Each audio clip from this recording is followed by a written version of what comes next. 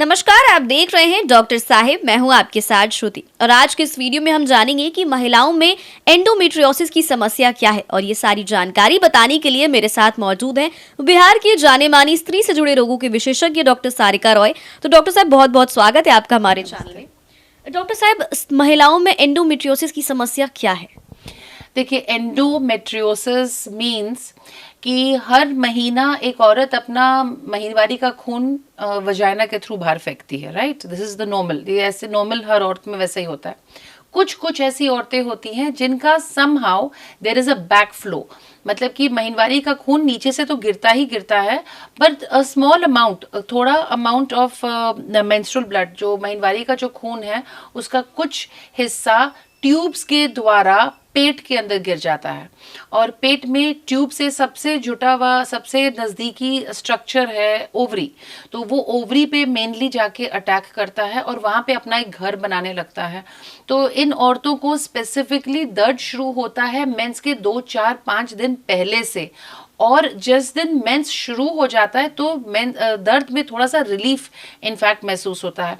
Unlike जो दूसरा dysmenorrhoea है या महीनवारी का दर्द जो दूसरे नॉर्मल औरतों को जो होता है, वो महीनवारी के दिन से शुरू होता है और 1 2 दिन तक लास्ट करता है। एंडोमेट्रियोसिस का दर्द या पीआईडी का दर्द महीनवारी शुरू होने के 2 4 5 दिन पहले से शुरू होता है, और इनफैक्ट महीनवारी के दिन जिस दिन खून गिरने लगा तो उस दिन वो दर्द कुछ हद तक कम होने लगता है। क्या एंडोमेट्रियोसिस की समस्या जो है वो किसी और बीमारी को बढ़ावा देती है?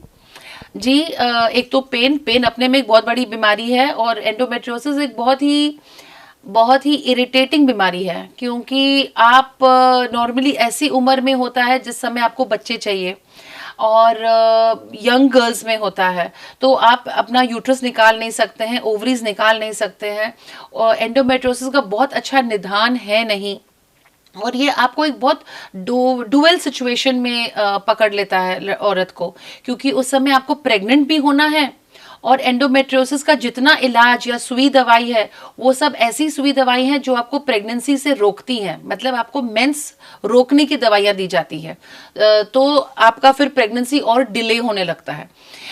मैं पर्सनली हर मरीज को ये एडवाइस करती हूँ, अगर आपको एंडोमेट्रियोसिस है उसका सबसे अच्छा इलाज है जल्द से जल्द प्रेग्नेंट हो जाओ, क्योंकि जब आप प्रेग्नेंट होंगी, आप 9 महीना आपको मेंस नहीं आएगा, उसके बाद जब आप डिलीवरी होगा आपका, आप दूध पिलाएंगी, फिर हो सकता है कि 6 महीना साल भर तक और मेंस नहीं आए। तो ये जो इतना लंबा अरसा विदाउट मेंस एक औरत रहेगी, वो अपने आप एक एंडोमेट्रियोसिस का इलाज हुआ। यही जो विदाउट मेंस मरीज को रखना है एंडोमेट्रियोसिस को खत्म करने के लिए, डॉक्टर लोग उसके लिए सुई दवाई का प्रयोग करते हैं, जो नंबर 1 महंगी है, नंबर 2 उसका साइड इफेक्ट है, नंबर 3 आपको आपके प्रेगनेंसी से और दूर लेके जा रही हैं।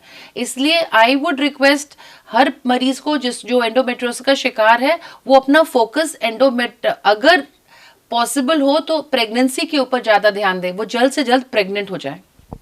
तो डॉक्टर साहब, जैसा कि आपने बताया कि अगर किसी को एंडोमेट्रियोसिस की समस्या है तो वो जल्द से जल्द प्रेग्नेंट हो जाए, लेकिन अगर ये समस्या किसी अनमैरिड लड़की को हो तो वो इस वक्त क्या कर सकते, कैसे बचाव करे? Yes, of course, if she is unmarried तो हम लोगों को सुई और दवाई के प्रयोग से उसके मेंस को रोकना पड़ेगा, ताकि एंडोमेट्रियोसिस और आगे बढ़े नहीं और पनपे नहीं। बहुत एक्सट्रीम केसेस में अगर दर्द बहुत ज़्यादा है तो लैप्रोस्कोपी से, दूरबीन से उसका सर्जरी भी होता है। जहाँ जहाँ एंडोमेट्रियोसिस, जहाँ जहाँ महीनवारी का खून अपना घर बनाया हुआ है, वहाँ कॉटरी से उसको जला दिया जाता है, या अगर चॉकलेट सिस्ट बन गया है तो वो सिस्ट को निकाल दिया जाता है लैप्रोस्कोपिकली। अगर किसी को एंडोमेट्रियोसिस की समस्या है तो क्या ये फर्दर उसकी रिप्रोडक्टिव हेल्थ पर असर डालती है?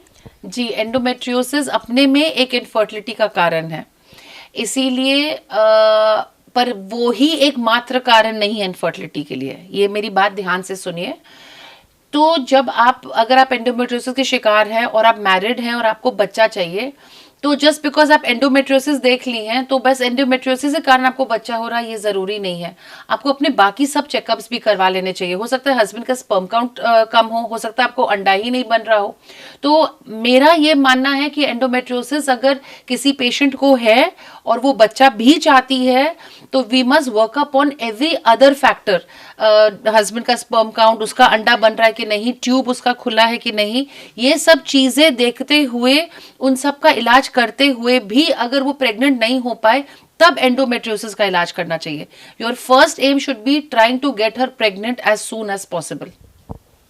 तो उम्मीद करती हूँ डॉक्टर साहब ने जो सारी जानकारी बताई है आपने उन्हें ठीक से सुना और समझा होगा। अगर आप इस वीडियो को फेसबुक पर देख रहे हैं तो पेज को लाइक करें, यूट्यूब पर देख रहे हैं तो चैनल को सब्सक्राइब करें।